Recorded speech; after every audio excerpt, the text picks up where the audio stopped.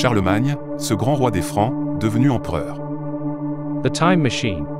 Charlemagne, du latin Carolus Magnus, est également connu sous le nom de Charles le Grand. Il fut l'une des figures les plus emblématiques de l'histoire médiévale européenne. Né en 742, il était le fils de Pépin le Bref et de Bertrade de Laon, héritant direct d'une lignée de rois francs. Sa vie exceptionnelle sera jalonnée d'aventures héroïques, d'amours tumultueuses et de conquêtes militaires. Il sera célèbre pour l'éternité, avec son sacre grandiose d'empereur mémorable à Rome, par le pape Léon III, le 25 décembre de l'an 800.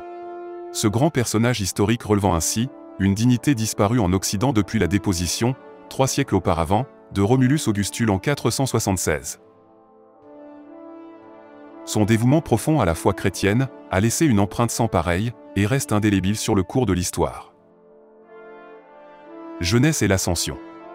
Charlemagne monta sur le trône en 768 après la mort de son père, Pépin le Bref. Son règne s'étendit sur un vaste empire qui couvrait une grande partie de l'Europe occidentale. Dès le début, Charlemagne se révéla être un dirigeant audacieux, guidé par son intelligence stratégique et sa détermination inébranlable. Amour et conquête. Loin des clichés romantiques, Charlemagne fut un homme aux amours complexes. Son mariage avec Hildegarde de Wenzgau fut politique. Cependant, il entretenait également des relations torrides avec d'autres femmes. Certes, ce sont ses conquêtes militaires qui ont véritablement marqué son règne, mais Charlemagne étendit son empire à travers des campagnes victorieuses en Espagne, en Saxe et en Lombardie, consolidant ainsi sa réputation et son image de grand conquérant.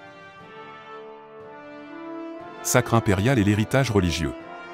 L'apogée de la vie de Charlemagne fut son couronnement en tant qu'empereur d'Occident, par le pape Léon III en 800. Ce sacre symbolisa la renaissance de l'Empire romain en Europe, et renforcera les liens étroits entre la papauté et la royauté. Profondément croyant, Charlemagne était un fervent chrétien, soutenant activement l'Église et cherchant à promouvoir l'éducation religieuse. Roncevaux et la légende de Roland. L'ombre tragique de la bataille de Roncevaux en 778 planera également sur le règne de Charlemagne. Cette bataille, immortalisée dans la légende de Roland, un des paladins de Charlemagne, représente l'un des moments les plus dramatiques de son règne. La bravoure de Roland face aux troupes basques a laissé une empreinte sans pareille dans la mémoire collective. Aix-la-Chapelle, Nouvelle-Rome pour l'empereur.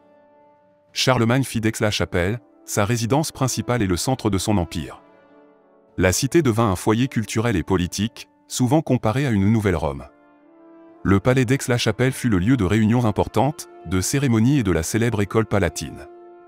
En voici une représentation en 3D simplifiée. L'éducation et les monastères. Sensible à l'importance de l'éducation, Charlemagne promut la création d'écoles et de monastères à travers son empire. Il chargera notamment le moine Alcuin, un érudit anglais, de réformer l'éducation, jetant ainsi les bases de la Renaissance carolingienne. Les monastères devinrent des centres de préservation du savoir et de la culture. Son chroniqueur et biographe, Eugénard, rapporteur de ses pensées, fera souvent mention du grand savoir de Charlemagne, qu'il souhaitait prodiguer aux jeunes enfants. Héritage et fin de règne. Charlemagne décédera en septembre 814, laissant derrière lui un héritage immense. Son empire, bien qu'éphémère dans sa forme unifiée, marquera le début d'une ère où l'influence politique et religieuse fusionnaient en un seul projet de société. Son héritage éducatif perdurera au-delà de son époque, posant ainsi les fondations pour le développement culturel de l'Europe médiévale. Charlemagne demeurera une figure fascinante, un homme qui a façonné l'histoire de l'Europe et dont l'influence se ressent encore de nos jours. Sa vie héroïque, ses amours tumultueuses, ses conquêtes militaires, son sacre impérial et la légende de Roland feront le fond historique pour ce personnage passionnant.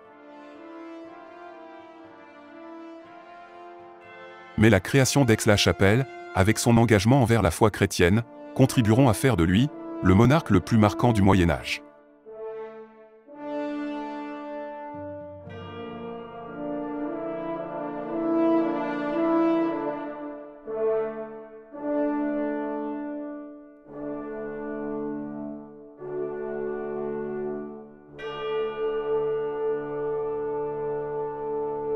Merci d'avoir suivi ce petit documentaire, retraçant la vie de notre première icône française. Rendez-vous donc sur MLQ, pour une autre destinée d'un personnage remarquable de notre belle histoire.